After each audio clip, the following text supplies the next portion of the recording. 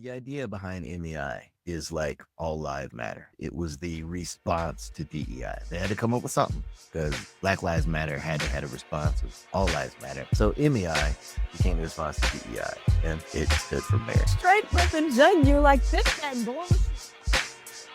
This is Diversity Different with Demetria Frank and Daryl Jackson. We're here to talk about DEI with a little depth, a little fun, and a lot of truth. Why is there so much pushback on DEI? Can merit and diversity coexist? Is merit really as subjective as we think? Today, we're diving into the DEI versus MEI debate. Have you heard of MEI before? Let's talk about it. Drop your thoughts in the comments. So do we want to start with defining MEI or DEI? I'm still on your all lives matter and I can't get over it because that's what it is. But we do want to get on the record what MEI is supposed to be or what its politically correct terminology is supposed to mean: merit, excellence, and intelligence. Those words, merit, excellence, and intelligence, are highly debatable inside the education field.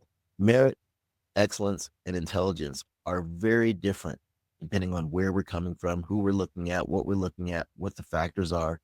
And the meme that we often use in education is, if you ask a fish to climb a tree like a monkey, the fish looks like it's stupid. Everybody has their own particular excellence. The fish is the best swimmer, the monkey is the best climber, but we don't ask either one to do the other as a form of excellence. We accept what they bring to the table. It reminded me a lot about the all lives matter response, because this is what we've seen throughout time: co-option. Anytime something gains traction, it will be co-opted by the majority. And it makes it feel really political. It wasn't that the group that's pushing MEI said, this is also important. And we're a little bit losing sight of that. They stole the acronym and renamed it into something as an alternative when our initial definition of DEI isn't exclusive of those things that they supposedly gave as this alternative, right? Something that we explored a lot on the first podcast was the politicization of a lot of what we see happening in the DEI world. And this is certainly another one of those things. Making it political is clearly part of the play, whether it's DEI, whether it's affirmative action, whether it's whatever. Using politics as a firing tool has become the norm.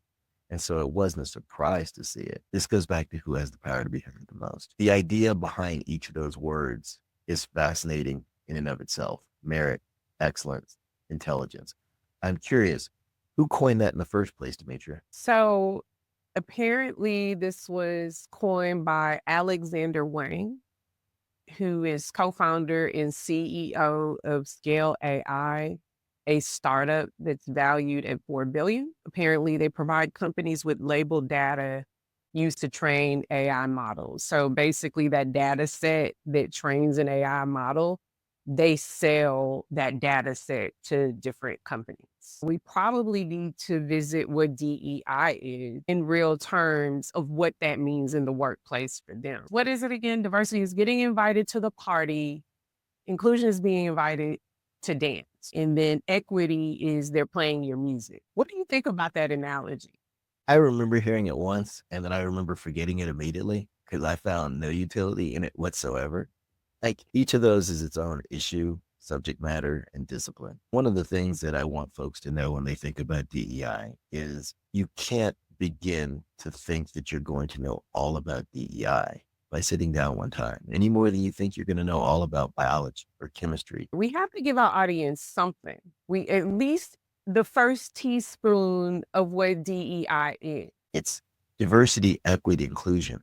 But each of those could be an entire semester, if not entire major at a university. Diversity means demographical representation from various communities, especially those that have been historically excluded, historically marginalized, underrepresented, et cetera, et cetera. So that's the diversity piece.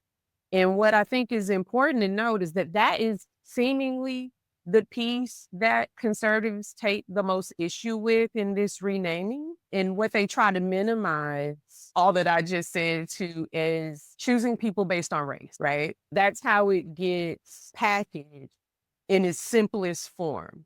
And that's just not what it is. Don't you feel like you've seen the same type of argument before with affirmative action, right? Every time there is a word that can be packaged in a way to make it political, then it's done to highlight race. Every time you get a term like DEI and affirmative action, it's taken and used for political gain. The idea behind diversity, by definition, is about inclusion of vast groups, by definition. So it can't be just about one race or another. That defeats the whole purpose of the word diversity. And it always fascinates me, and it never surprises me when a country that by its own definition at the beginning in its constitution was built on homogeneity, then again starts to push back on the idea of diversity. One of the most interesting things about this to me is this cultural insecurity that seems to be behind it. And at least the movement towards MEI, there seems to be a lot of cultural insecurity there. But I'm like, dude, y'all still in power. Thank you. And by every measure, like the gains in the legal profession specifically, let's just say for Black Americans, has increased by not even 1% in 20 years. This idea of gains are and will likely always be de minimis.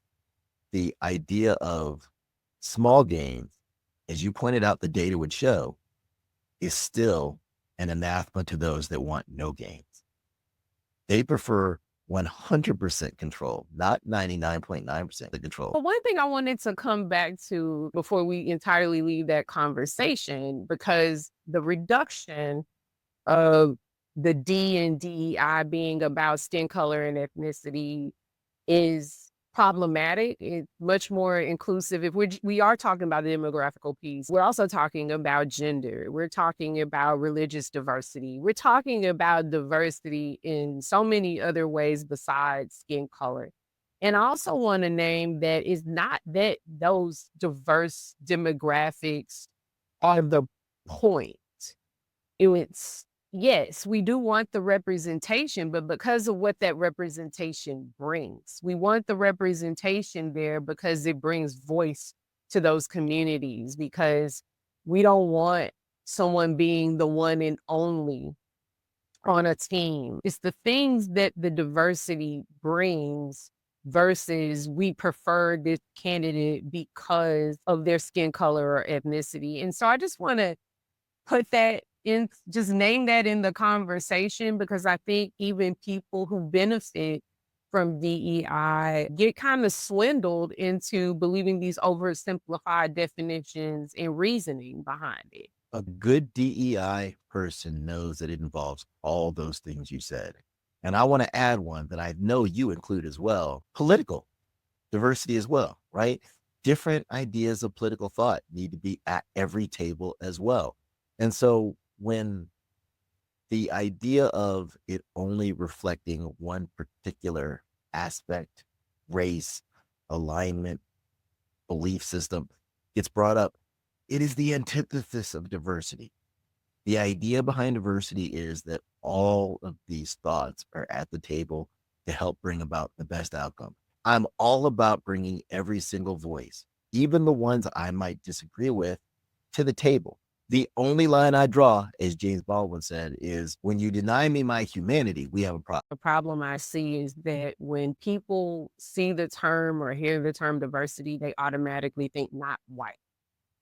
That's just how they receive it. And I think white Americans, and specifically white male Americans, have a harder time identifying with that term at all, and thus have a harder time identifying and seeing the value in it, because they view it as not for me. It's because there's some gender alignment as well. They view it as not valuing white men. And I think that's something that we may not have effectively have dealt with as we have pushed DEI efforts into more industries. It's like DEI had a PR problem with white men that we just never really dealt with. And so now that PR problem is dealing with us. How would you like to have seen DEI introduced to white males in a way that it was more palatable? Yeah. I don't know. I don't know the answer to that because I think on one hand, that may be a real problem or part of the problem. But I also think there's some victimization wrapped up in that too, that it's their choice not to see themselves in it. I don't think we thought of DEI as political or having to have a PR representative. We were just doing the work. To stop and worry about what it isn't was just not something I think a lot of us had time for. There's enough to do, right? Because I was the DEI representative at a university and a law school, at times students would open up to me about that and would tell me, I feel like this doesn't include me. And I'm thinking it has to include you. White male is who I'm talking to, right? It has to include you because you are the majority of pretty much every industry. So I think that helping people understand the value to them intrinsically is a difficulty that we faced in this work. But I also think specifically with white men, a lot of us felt like you don't have to suck it up on this. You just gonna have to deal with it, educate yourself. That's been a problem throughout time for a variety of issues. And the way you said folks often want to say you're going to have to suck it up is poignant because for a lot of people, the feeling is we're always doing the work. We're doing the work to It's tight. educate you. We're doing the work to even seem equal to you. We're always doing the work. At some point, you got to do some of the work. And from scholars who have written about this, I've watched as some of them will turn to that group and say, read first, then come ask me. Quit asking me to educate you. You got books, Yeah. you got articles, read first, and then come talk to me. I go back and forth on responsibility to providing that baseline education. And are people of color who don't know or care to more deeply understand these terms. And so if someone is really trying to understand and trying to be better, I think that that's an assumption I have to make too. I don't want to educate people who just refuse to understand, who just refuse to know, and just refuse to look, right? But when I know that there are people of color who don't fully understand the definition in the term, who it is in their best interest to, then that gives me pause on my obligations to educate more generally. And the other part of that is, yeah, some people don't know where to start, but also there are bad resources out there. Absolutely. One of the reasons why DEI gets a bad name is you have these isolated incidents of people doing DEI exercises that go bad. You had this facilitator send all of the people of color into one room and then all of the so-called white people to another room just as a premise. Dividing people in that way, you can just see that going bad. Just definitions of whiteness and who considers themselves white is a problem before we even get in the door on an exercise like that. And so knowing that there are these bad ways of doing it out there, that also makes me feel a little bit more of an obligation to educate. I think that the responsibility of folks who have been doing the DEI work is to make sure that the work continues to get done well. That's where the educating and deciding who to educate comes in. I talked earlier about biology and chemistry. Somebody who knows nothing about biology and chemistry probably shouldn't be educating folks about anything about biology or chemistry. And the same thing goes with DEI. Is part of the bad DEI experiences are coming from folks who either haven't really done the work for a long period of time, who haven't been trained in the work with any depth. And I want to be careful because DEI work, it's challenging. It will be challenged inside of the environment. And I would always want to talk to somebody who tried something that failed to at least get a feel for what was your goal? Where did it go off tracks? because maybe the idea was solid and it was the execution, right? But I could see that maybe there's some potential or something there that I just don't fully understand. So I don't want to judge anybody too quick. And I know both of us worked in DEI offices in the past. So we both had to learn as we were doing, right? We didn't come out the box just knocking out DEI like home runs every time. Here's Oh, another DN. absolutely. And best practices change, right? If Absolutely. best practices change 10 or 15 years ago, everyone was doing a privilege walk and thought that that was just this great exercise. And now we collectively decided that even doing something like a privilege walk can be highly stigmatizing to the people who aren't as privileged, or even stigmatizing for the people that are, because now people understand them in a certain way. And so it's not something that we would ever recommend at this point. We just spent a little bit of time talking about the D in DEI. Do you feel like the M in MEI carries the same type of emphasis? And if so, what does the M mean to you? So to me, the merit part of MEI is stupid because it assumes that that wasn't already a prerequisite in the first place. This idea that diversity and merit can't coexist is just absurd. Most policies focus on prioritizing the demographical piece in some way. That doesn't mean that you do away with the other qualifications. If you're the representative in your workplace or the representative on an admissions committee, if you share the demographic, you really want people to be qualified for their positions because you know what the mentoring and the access to resources in your workplace looks like. Unfortunately, there is still a thing where we feel that we are represented by people who share our demographic, and none of us want to be in the organization that brings in a candidate that can't survive or can't do the work and giving us all a bad name, so to speak, or that we have to over mentor because we're overworked oftentimes. And so it really doesn't benefit anyone if a candidate comes in and they don't have the necessary merit for the position in the first place. Merit never went anywhere. It was always prioritized. It's always important that you hire people who are qualified.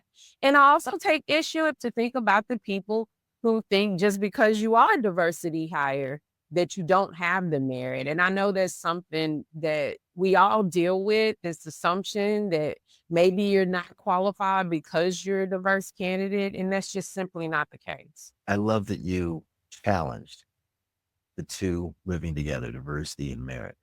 And I'm always fascinated by how when somebody that's not of color comes into a position and fails miserably, why isn't the response all white people should have the position?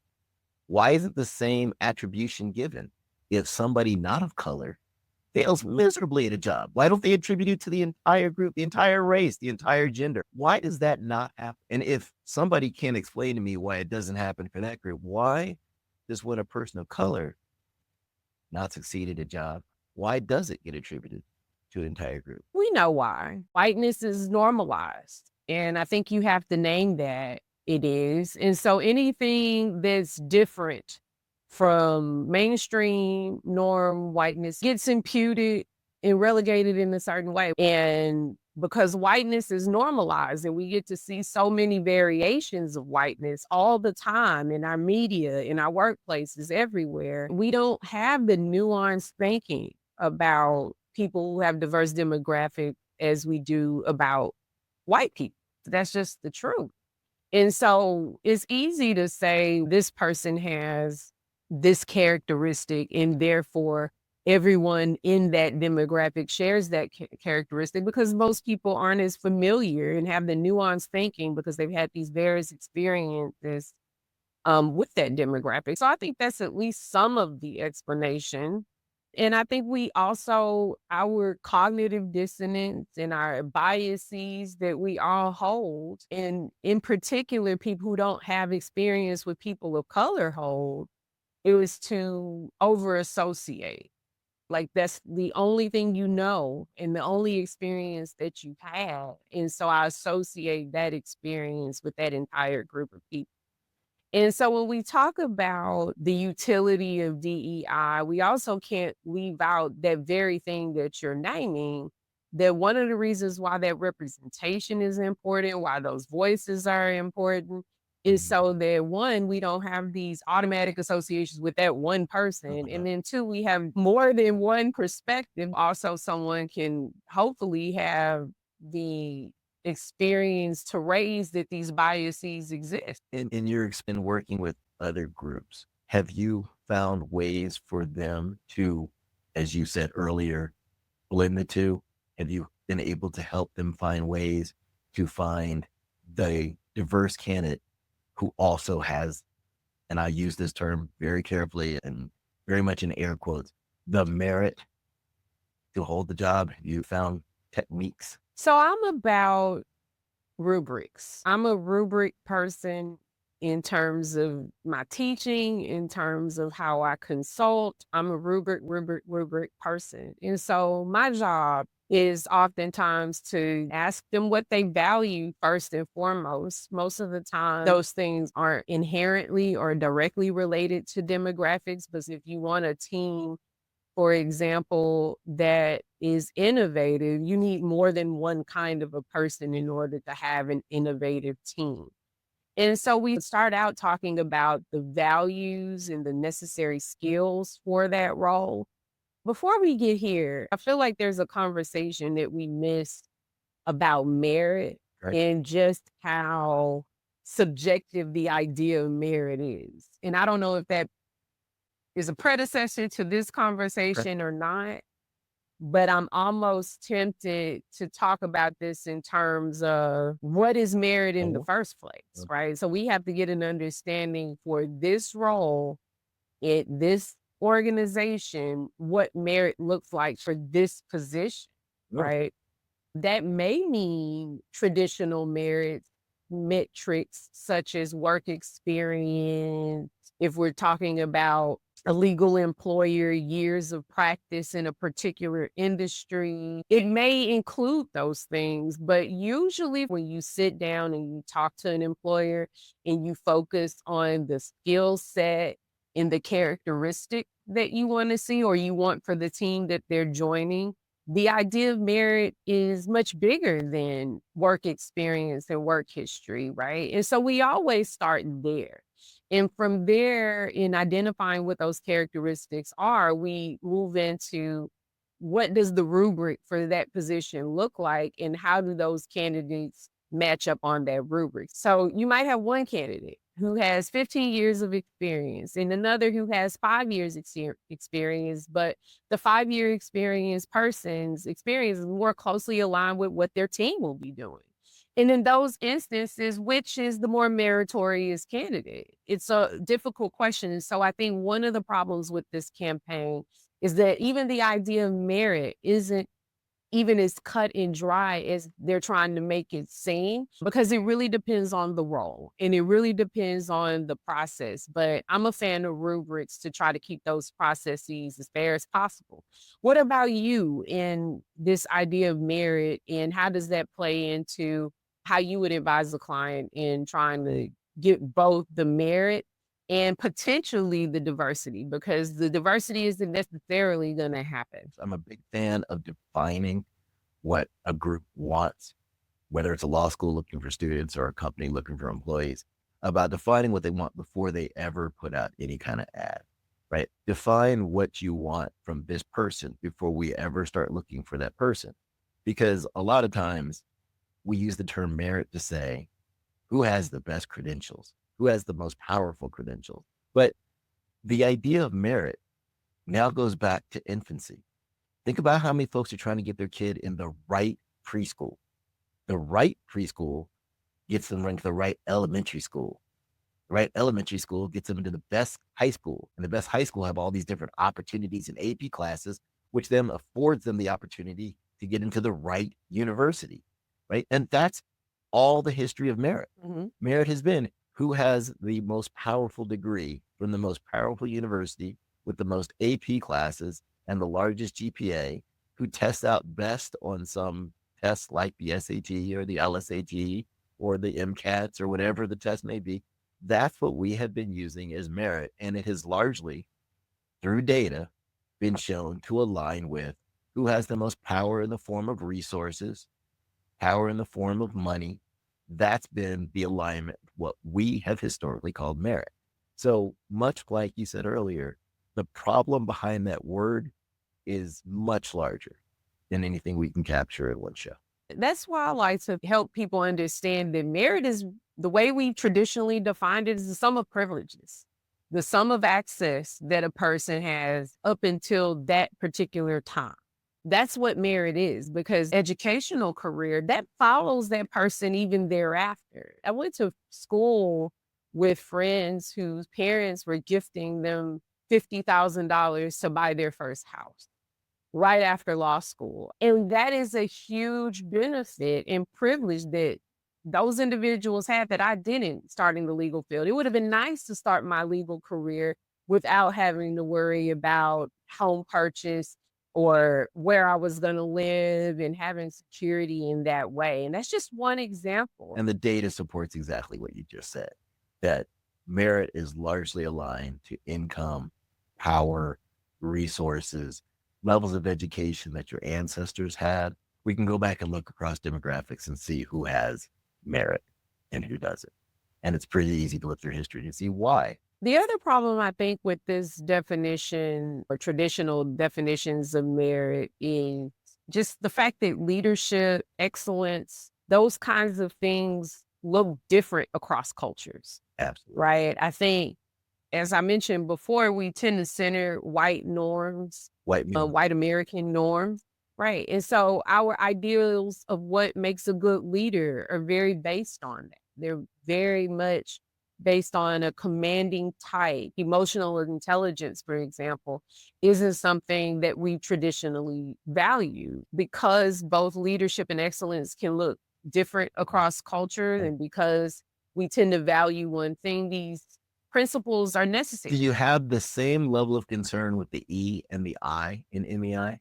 I think it's no different, right, from the rest of the conversation that we've had, is that I think when you take all three of these terms, individually or collectively, they are intended to supplant and impose that the other things aren't important or they should not be prioritized. But the faulty assumption is that we weren't prioritizing excellence and intelligence anyway. These are things that you innately, inherently look for when you're hiring, when you're admitting. Those are things that are a part of the process. We have metrics, for example, in law school admissions that looks for those things.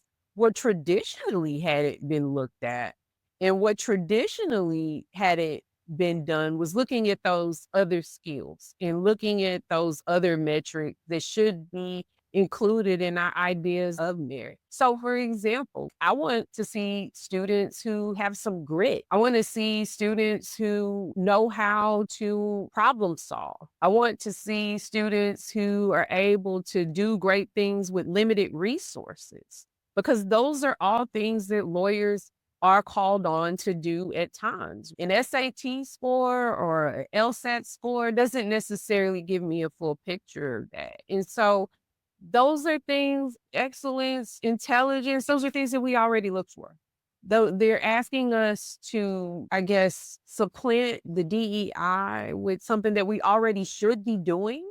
I don't understand it. I just don't even understand it. It's not meant for me to understand it. Some of this, I just want to laugh. Like, are we really trying to evaluate whether employers' admissions committees look at excellence and intelligence?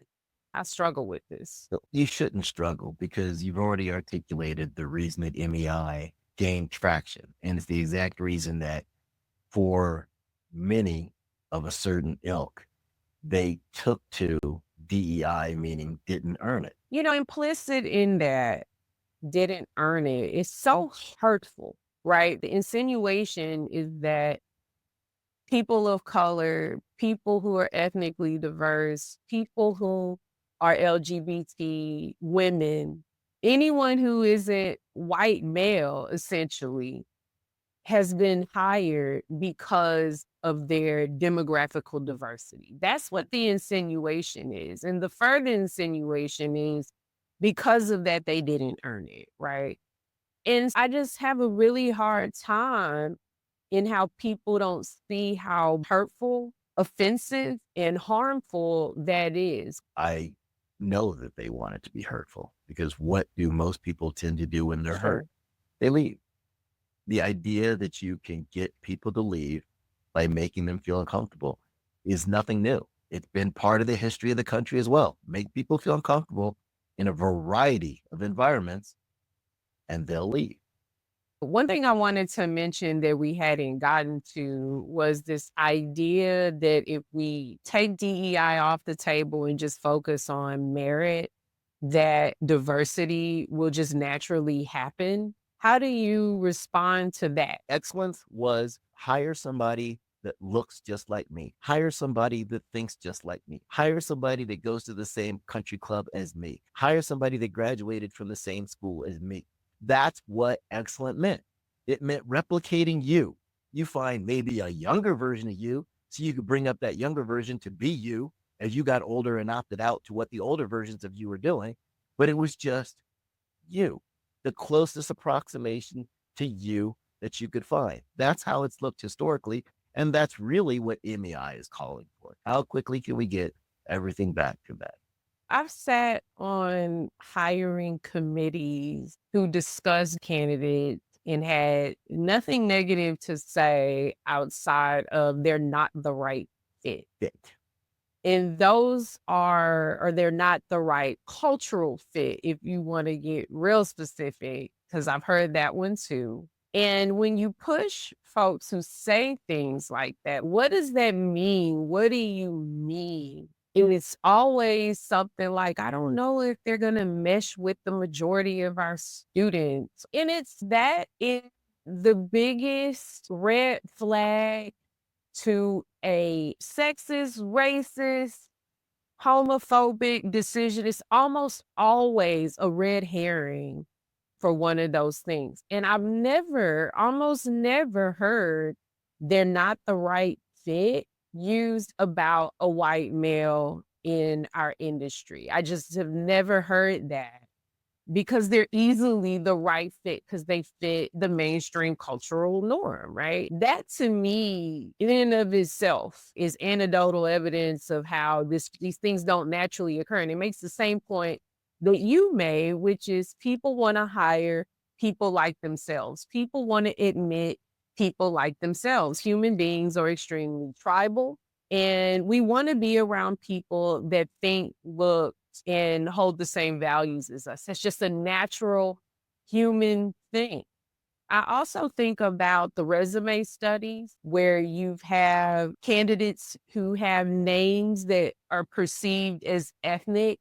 I think they're 50% less likely to get called back or an invitation to interview, even though they have the exact same credentials as people with non-ethnic names. That just tells you that this won't necessarily naturally happen. It was the woman or couple that was trying to put their house up for sale.